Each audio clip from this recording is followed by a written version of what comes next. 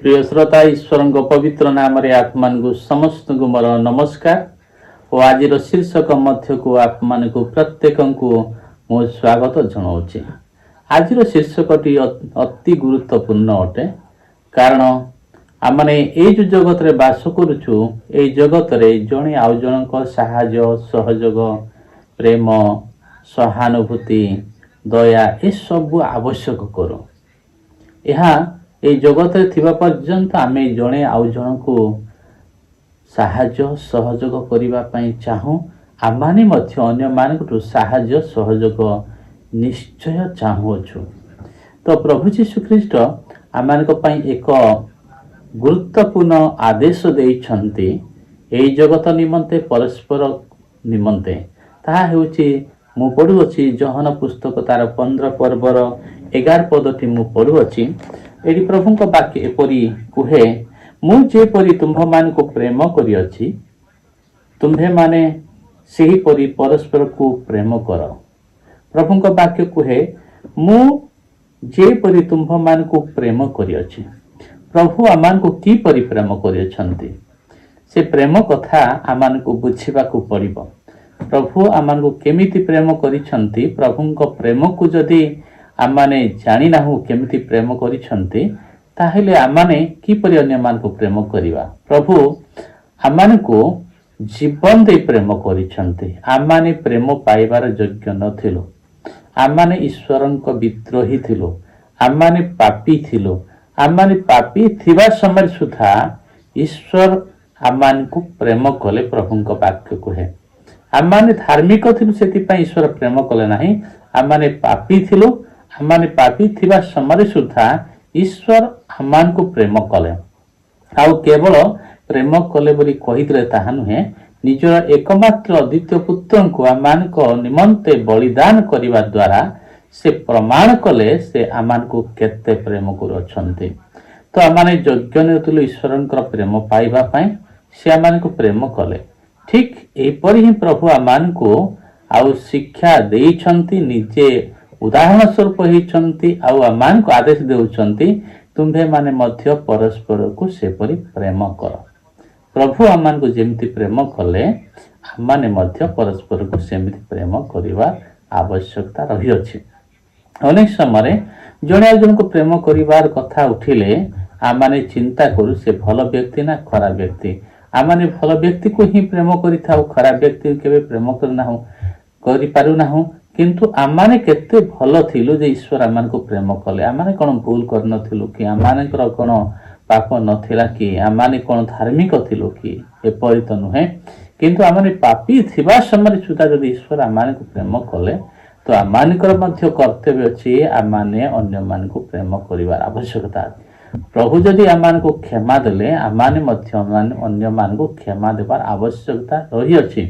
तो ईश्वर को प्रेम जदि आमाने पाइछु ईश्वर आमान को पाप क्षमा करिछन बोली भाबुछु तो जदि आमान कर ईश्वर आमान को प्रेम करिछन्ति ए निश्चित बद जदि अछि आउ आमे पापी थिलु से आमान को प्रेम कले बोली जदि आमे स्वीकार करिछु मान नेइछु ताहले अन्य को अन्यर भूल को क्षमा देबा पई आमान को कष्ट लागिब नाही।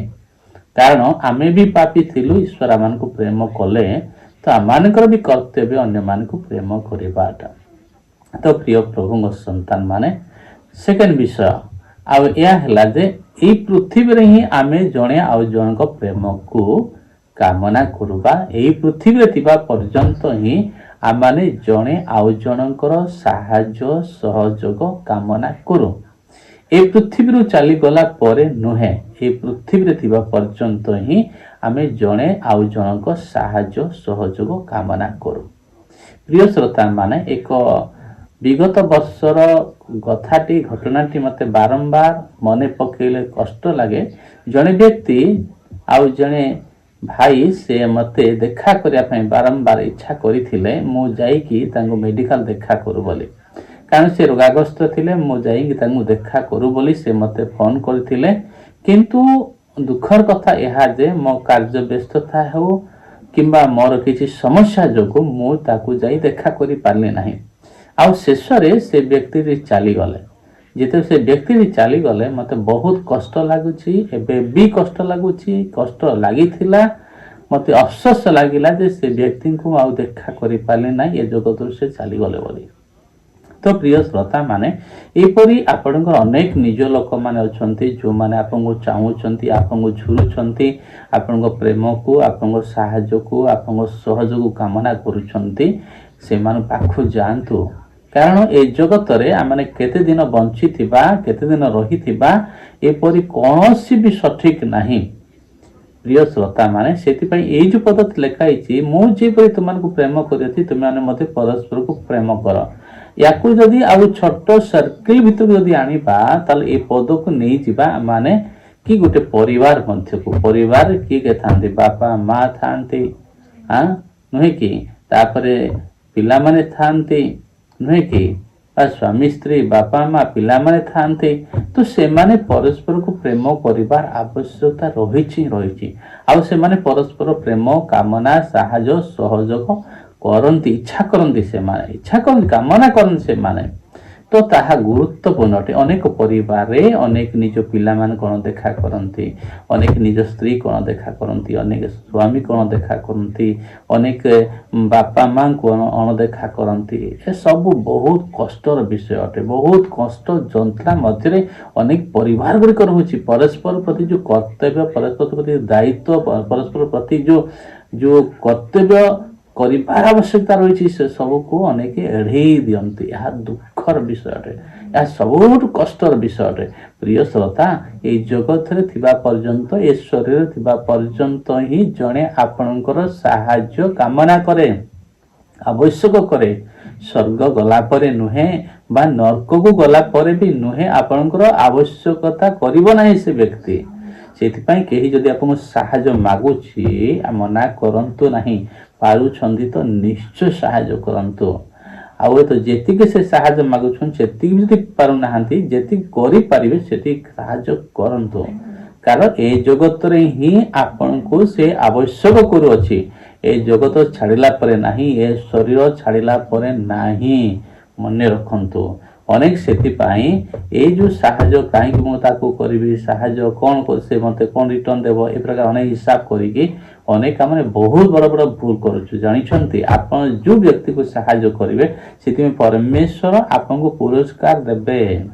ଆପଣଙ୍କ ଉତ୍ତମ କର୍ମ ଆପଣଙ୍କର ଅନୁଗମନ କରିବ, ଆପଣଙ୍କ ପଶ୍ଚାତ ଆସିବ। ଈଶ୍ୱର ଆପଣଙ୍କୁ ପୁରସ୍କାର ଦେବେ। ପ୍ରିୟମାନେ, ତ ଆସନ୍ତୁ ଆଜିର ଏଇ ଯେଉଁ ଶିକ୍ଷା ମଧ୍ୟରୁ ଆପଣଙ୍କ ପରିବାରରେ କାହାକୁ ଯଦି ଆପଣ ଅଣଦେଖା କରୁଛନ୍ତି, ଦୟାକରି ମନ ପରିବର୍ତ୍ତନ କରିକି ପ୍ରେମ ଦେଖାନ୍ତୁ। ଆଉ ଏହା ପ୍ରଭୁଙ୍କର ଆଜ୍ଞା ଅଟେ। ଏହା ପ୍ରଭୁଙ୍କର ଆଜ୍ଞା ଅଟେ। ଆମେ ପରସ୍ପରକୁ ପ୍ରେମ କରୁ, ଏହା ପ୍ରଭୁ ଆଜ୍ଞା ଦେଇଛନ୍ତି।